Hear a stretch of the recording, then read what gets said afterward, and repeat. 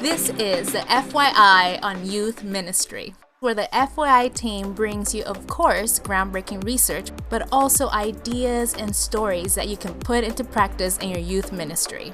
In this episode, we're talking about purpose. What do teenagers have to say about that? Well, we asked 4 teenagers, and here's what they told us. When you think about purpose, what comes to mind? That's a good question. Let me think for a minute. That was really tricky. Sorry, can you define purpose in this context? I feel like your purpose is like what you're meant to do in life. I don't know, that doesn't sound good. It sounds like your purpose is like premeditated. But maybe it is, I don't know. What are we meant to do? What's the meaning of life if we're just gonna die eventually? And then obviously like there's purpose with like God and like trying to like live in his image and that purpose too. But then also like I guess the purpose of like what you're supposed to do, like your job, is also like in the forefront of my mind too. And I don't know. So I don't know what my purpose is. Hello, everyone. My name is Jennifer Guerra Aldana. And I am Giovanny Sunraps Panginda. Gio, once again, so happy to be co-hosting with you.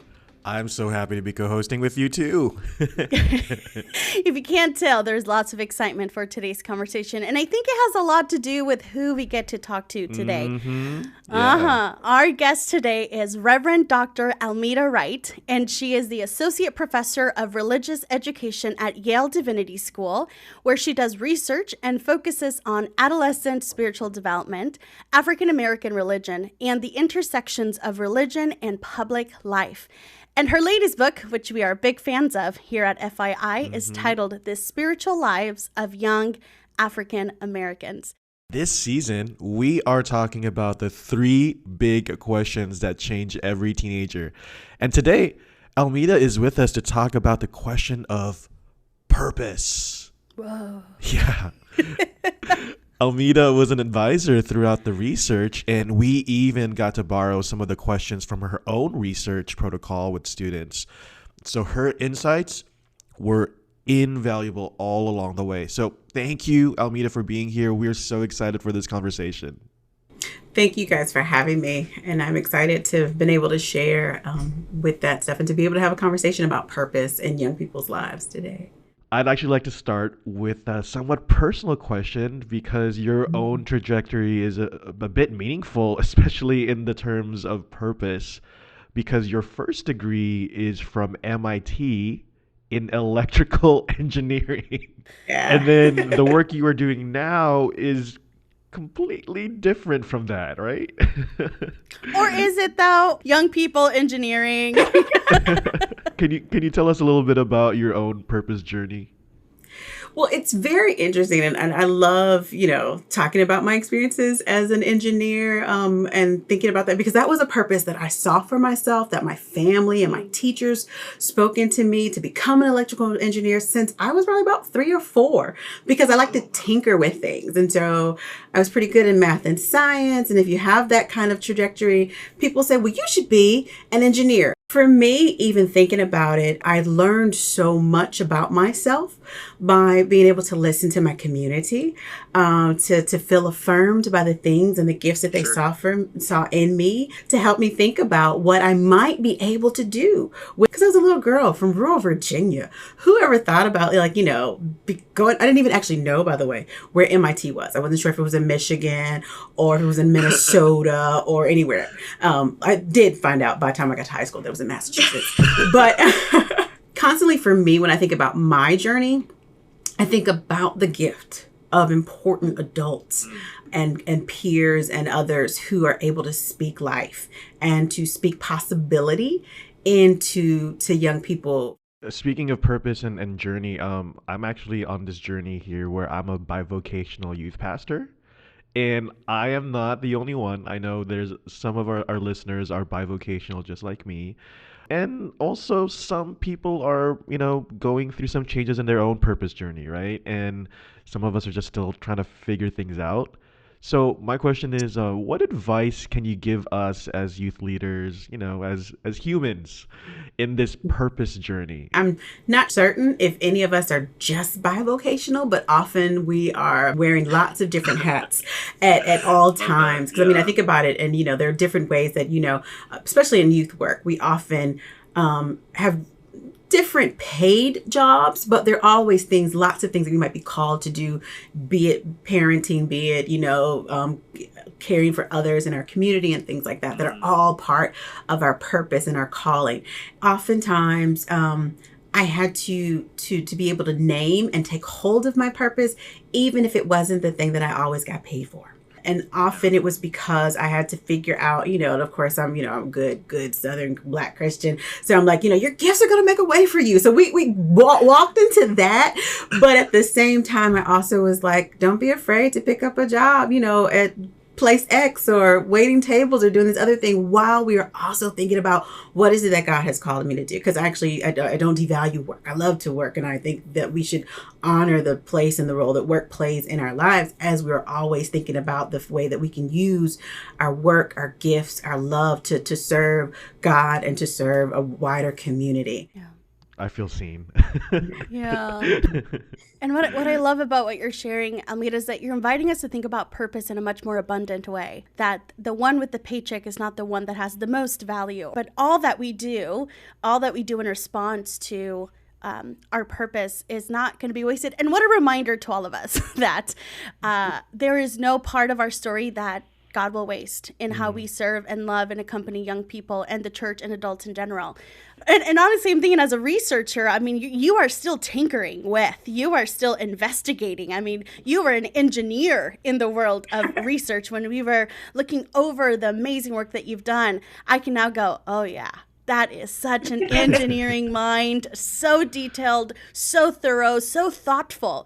And you strike me as somebody who is also a very gifted listener for the ways that you've set up research and the ways that you have provided resources out of them. And you've had very different spaces and spheres in which you've been able to listen as a professor, as a teacher, but also as a Sunday school teacher at your local church and in academia, as a researcher and professor in the classroom. And young people, like anybody else, when we enter different spaces, we sometimes share and omit different parts of ourselves, depending on what the context is all about.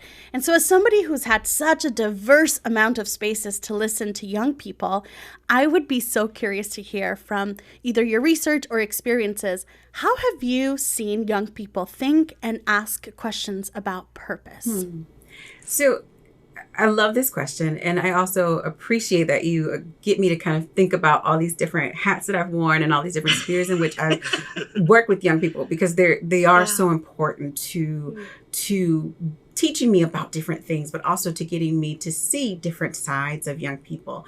And even thinking about purpose, I think I want to share like two different examples from these different contexts. So I spent a lot of time teaching middle school math and writing and reading and doing some remediation programs in the summer. But I remember this one young man, I'll call him Jay. Let's call him Jay. He helped me to think about purpose in lots of different ways, because he was one of those students for whom opportunities were not necessarily abundant.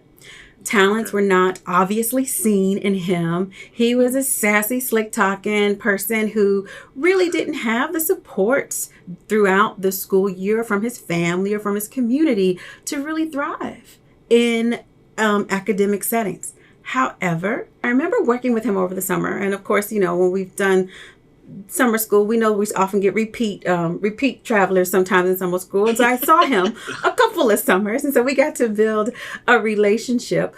But one of the things that I loved about him and what he was helping me to think about in terms of purpose is that he would often push me whenever I was trying to teach a math lesson or go back over fractions or go back over, percentages or have them read particular things and learn phonics. And his question to me was, of course, what's the use of this? When am I ever going to need this? I can learn more about this. And we've had that discussion. And so he would push me to think about what's the purpose of this content.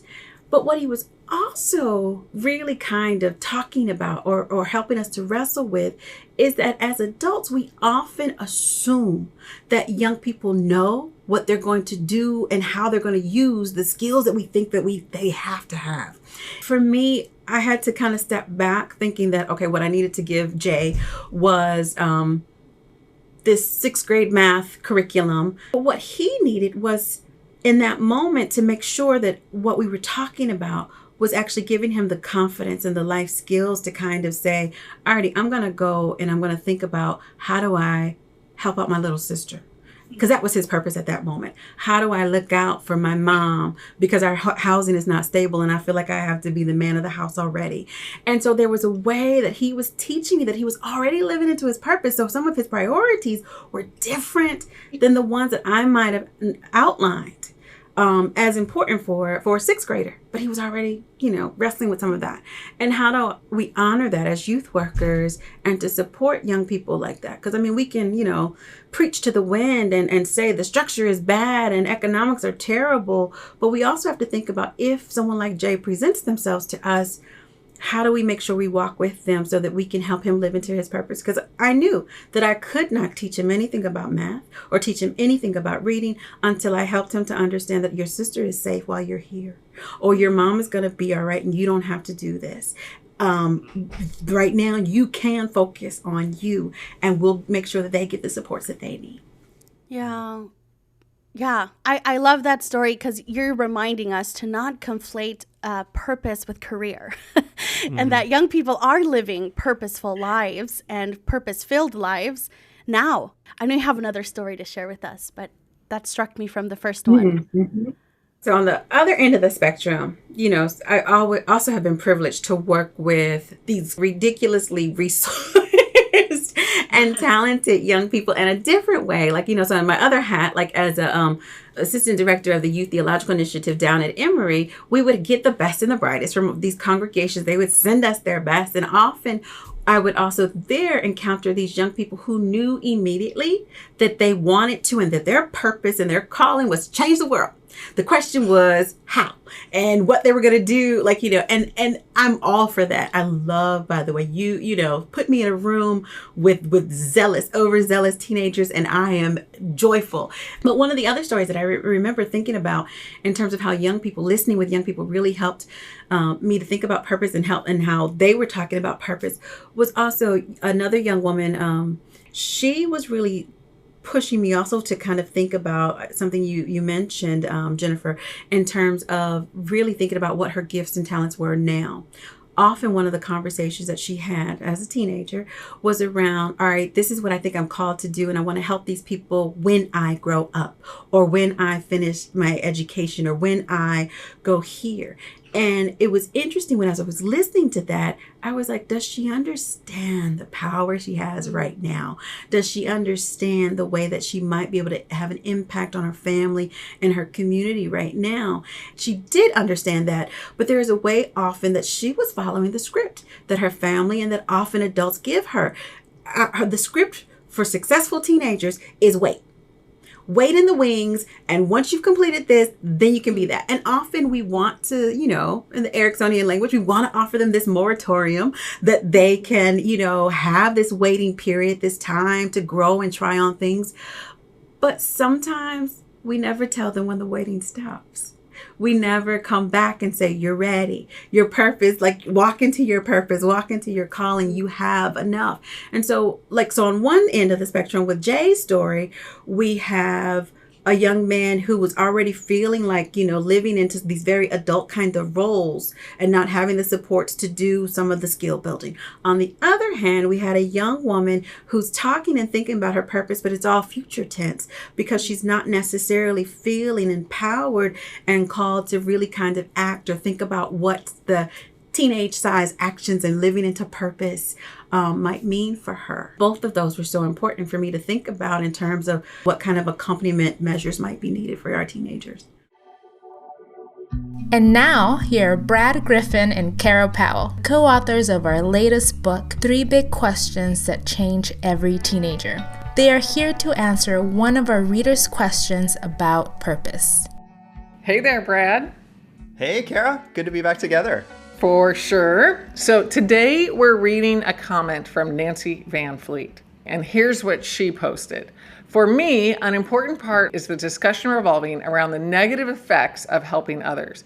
I work with young adults who have poured so much of themselves into helping others that they're not only physically depleted, but also mentally and emotionally, just like Lily talked about in the book. Brad, what are your thoughts about Nancy's observation? Kara, we heard this over and over and over. Almost every student we interviewed talked about helping as when they talked about purpose. Yeah. And in so many ways, that's a great answer. We're inspired by young people who want to help. And as a generation, we see activism and we see a lot of engagement. I see that, in the teenagers that I work with in my church and the ones in my home.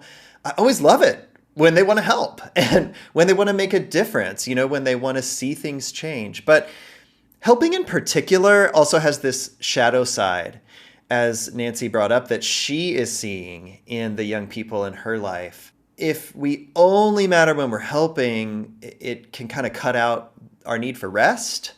What happens when we're overwhelmed?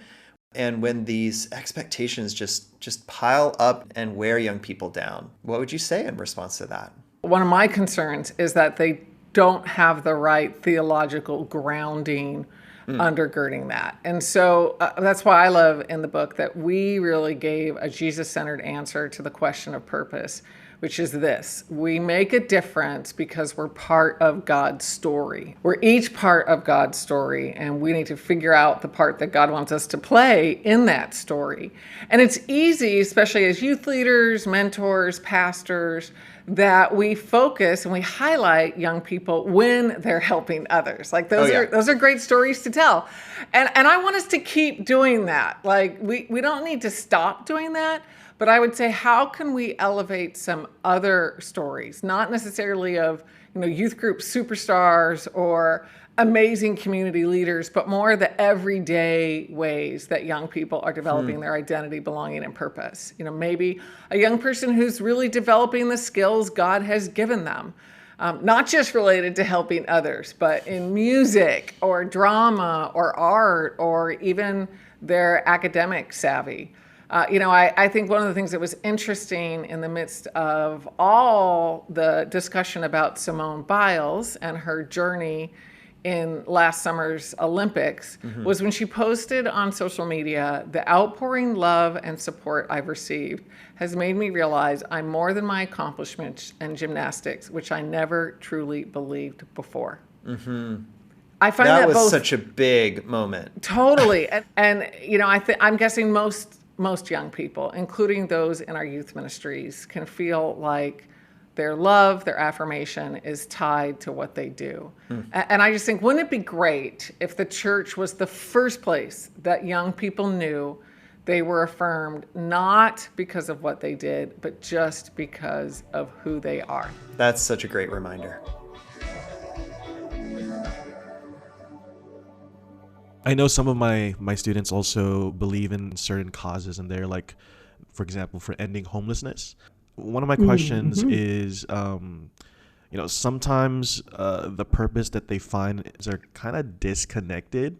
In your book, The Spiritual Lives of Young African Americans, you actually wrote about that fragmented spirituality that young people experience.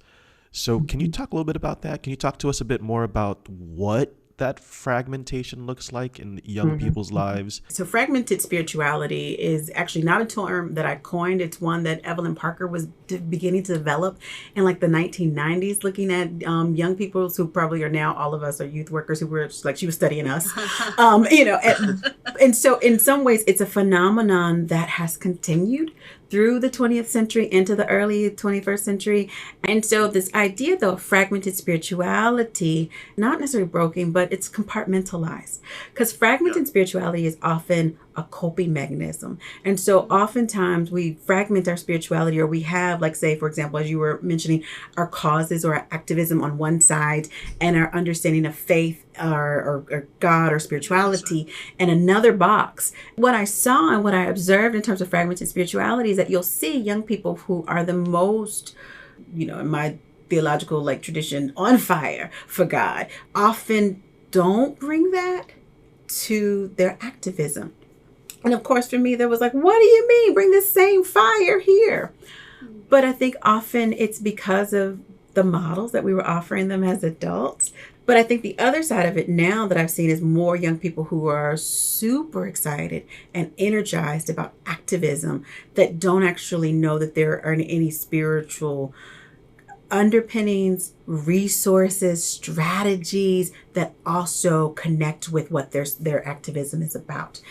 It was almost interesting. Yeah, I never thought about that. And so it wasn't an antagonism, because sometimes we think that there's antagonism between activist spaces and spirituality. But for most of my youth, it was just I never thought about that. Or I never would have even considered to put these things in conversation, which of course, made me think, us adults, we got some more to do. How do we create spaces? Maybe in youth group, maybe on a mission trip, maybe at home, maybe around dinner, maybe in a line at a amusement park, to really help young people think about, all right, so here's what you're excited about, say, or here are the things that make you rise up and keep you up at night, or questions and concerns that you want to plug in. How do you think God is empowering you to do that? Or what do you think God is actually saying? And so to ask them to either search their scriptures, or to search their practices, or to search their tradition. Prime example, I had young people who I was working with at YTI who were Catholic, who did not actually really pay attention to Catholic social teachings, and the fact that there was an entire tradition of Catholic social teachings that actually had something to say about what was going on in the world and how they might be able to respond, and how the church and God was moving them to respond. And similarly, other young people who were of different, one young woman was an apostolic, and her theology had her in the community all the time for witnessing, but not necessarily thinking about how that connected with the fact that she also wanted to empower people in her community to be, anti-poverty activists and anti-violence activists and things like that. They had this great sense of purpose, but to really think about it or to reflect on it theologically was where we needed to provide them an opportunity. I think sometimes we fragment as well. We may not even have theology ourselves to know how to make sense of it.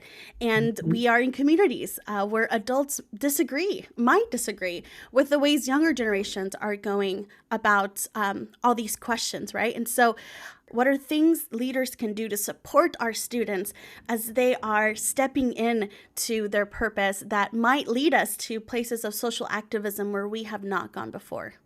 Often for me, it's been really just kind of going where the students are already. It might be that I can give them a ride, I can show up, and it might have been a one-time thing, or it could have been like, this is my cause, like these are my people, I found it, and trying to support them there.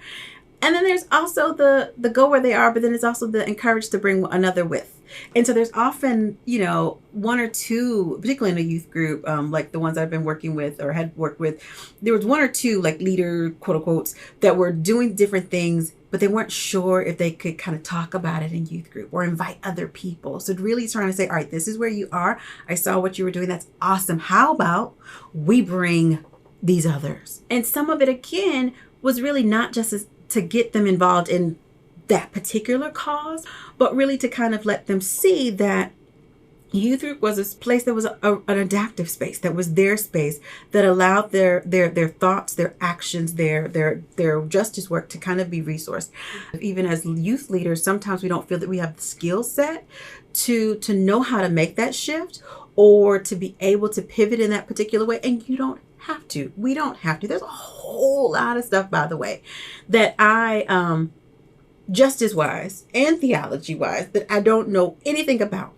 But really cultivating and modeling a teachable spirit were some of the things that were so helpful. You need to be co-researchers together. Sometimes you have to go out and you may not have the answers, and that is okay. But as the leader, you often will know different ways to go look for it, different people to talk to. Your network and their network might open up a door to say, well, wait a minute, if I don't know, you know what, I do remember I had this one friend, who might know something. And that kind of work really is important for young people to see, but also important for us to constantly do as well as leaders, to know that we don't know it all. We don't have to know it all in order to be effective in supporting them. So I have this student, and his name is Jerry. And earlier I said that I'm a bivocational pastor, but I realize now I think I have a third job. It's a job coach. So Jerry, he asked like, "Hey, can you take a look at my resume?" I was like, "Yeah, I'd gladly do that with you, Jerry." I asked him one of the most dreaded questions that I get asked if I was in an interview. And that question is, where do you see yourself 5 years from now? Right? And his face changed from like a smile to like just like utter like sadness / shock. He doesn't really know what he wanted or where he wanted to go, and things like that. And so he kind of got sad. What about students like Jerry, the ones that don't know, the ones that don't seem to be thinking about purpose, or the ones that like when it comes to purpose, that question kind of comes a little later than his friends, or maybe they're just like struggling with getting by these days. Like what can I tell Jerry and other students like him? No, I love that question, because we're always going to have some Jerrys, and throughout our lives, we're going to sometimes feel like the Jerry in the group where it's like, well, everybody else seems to know, and they have this all figured out, and they've got their 12-point, 5-year plan, and I just need to figure out what I'm going to have for lunch, and there's some of that kind of stuff going on. But in terms of practically speaking, I think I always try to take the pressure down a little bit, because we have super pressured and anxious teenagers all the time, and they're getting that everywhere. And I mean, this is across the board, across like social classes and different ethnic communities. They're pressured. And so trying to figure out what does it mean for us to really say to young people, you're okay. Even if we cannot say, honestly, you have time, because sometimes they may not have time. They may have lots of things burdening them. But that you're going to be okay, and to be able to give them, again, just some space and a listening ear to really help support them or walk with them through. So what are some of the things that you are thinking about? Because often when Jerry is bringing that question to you, he is thinking about purpose, but he's feeling that his way of thinking about it isn't the way other people are thinking about it, or his answers to it might not, in the direction he's feeling called in, might not feel as developed or as affirmed or as clear as some other people. And so, there's often nice, guided meditations that I'll walk young people through. But one of my favorite to kind of like spark a question around purpose and vocation is that I love reading Howard Thurman's The Search for the Genuine. And in that, it's actually an excerpt of a graduation speech he was given at Morehouse or Spelman College. And in this Search for the Genuine, Thurman is really pushing people not to think about what job do you need to have, or what, college are you going to go to, but really, how are you going to listen to yourself, to slow many of the other voices and the perspectives and the stressors that are outside? And how are you going to center in enough for you to be able to actually hear the voice of the genuine? And some of us would also call the voice of the divine, or the voice of God within you speaking. And he's like, because it's only when you hear that voice of the genuine are you able to make any of these other choices and kind of like decisions truly meaningfully. And that's the other thing, because I knew, as the person who a lot of people had said, you should be this, you should be that, I had listened to them, but I don't know that I had fully listened to what I initially wanted to go through. And I remember the transition from electrical engineering to teaching to ministry happened when I slowed down. I was a junior in college, done almost, actually pretty much done with my degree. And that was only the first time that I was like, all right, even though I'm good at this, I don't like this. What is it really that I am supposed to do? And of course, my friends laughed at me. They're like, Almeda, you don't like machines. You like people way too much for you to be an engineer. And I was like, you are so right. Because the best thing that I ever did while I was studying at MIT was to start Saturday science clubs for the local kids. I think that's some of the stuff that we have to do in order to support some of the young people in our communities who may not be thinking about it, and to kind of remind them that it's okay, but it's also, can we quiet the chatter, the outside expectations, so that we can start having some of those conversations. Yeah. And what a helpful reminder that sometimes I'm going to use I language here. I tend to want to give young people a linear process for their purpose because I myself feel the back and forth in mine. Yep. So my undergrad degree is in social work. I'm not doing anything close to social work these days. And Actually, no, you're doing it every day if you're working with young people. I sometimes project that deep desire that I have for myself to students that are like, I don't know. And sometimes I don't give them the abundant, playful answer. I give them the rigid, fear-based scarcity model of like, no, you must make there is a right choice here. And if you don't make it, the world's going to fall apart. Yeah, right? like we inappropriately add this pressure. Like if you get this wrong, the rest is done. And so I am just so encouraged, Almeda, that you preached grace and grace and grace, that the same grace that God has had for us, God will have for our students. And for me, often, even I think about like my own story, often I feel like it's more of the trajectory of a spiral of a football more than it is like, a straight line. This is also why I love the power of narrative and story. Now, if you ask me to reflect on where I've been, I can see the points of connection and the fact that I needed to be an engineer so I could think about this critical thinking, and the fact that engineering was applied science, and all that I do right now as a practical theologian is applied theology. And so there's a way that I can tell that story after I've lived it, but while I'm living it, none of it makes sense. And so and to be able to say to young people, I know you feel the pressure to get this right, but the truth of the matter is, before you are 4 awesome paths. Pick one, walk it, and if it doesn't work, come back.